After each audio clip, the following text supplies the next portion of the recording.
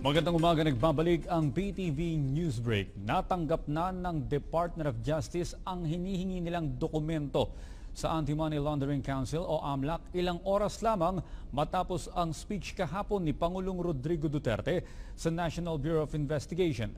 Ayon kay Justice Secretary Vitaliano Aguirre, 2 oras matapos ang speech ng Pangulo kahapon ay agad na nilang natanggap mula sa NBI ang dokumento. Ang nakakapagtaka pa ayon kay Aguirre, tila matagal nang handa ang dokumento dahil nakablanko ang petsa nito at sinulatan lamang ng number 11 sa date.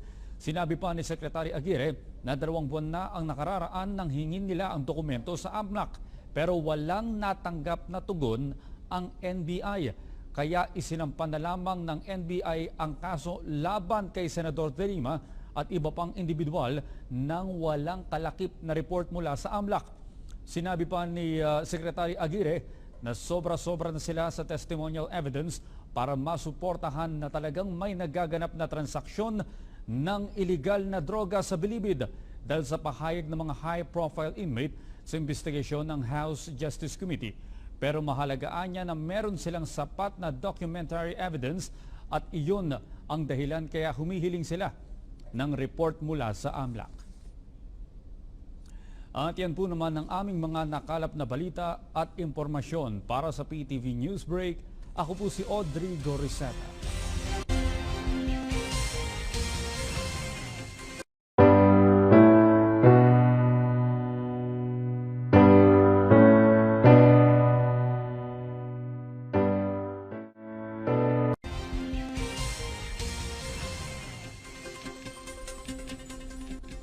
Magandang umaga, nagbabalik ang PTV. 2 oras matapos ang speech ng Pangulo kahapon ay agad na nilang natanggap mula sa NBI ang dokumento.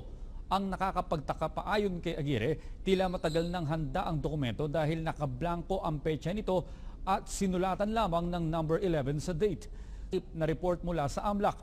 Sinabi pa ni Secretary Aguirre na sobra-sobra na sila sa testimonial evidence para masuportahan na talagang may nagaganap na transaksyon ng iligal na droga sa Bilibid dahil sa pahayag ng mga high-profile Newsbreak. Natanggap na ng Department of Justice ang hinihingi nilang dokumento sa Anti-Money Laundering Council o AMLAC ilang oras lamang matapos ang speech kahapon ni Pangulong Rodrigo Duterte sa National Bureau of Investigation.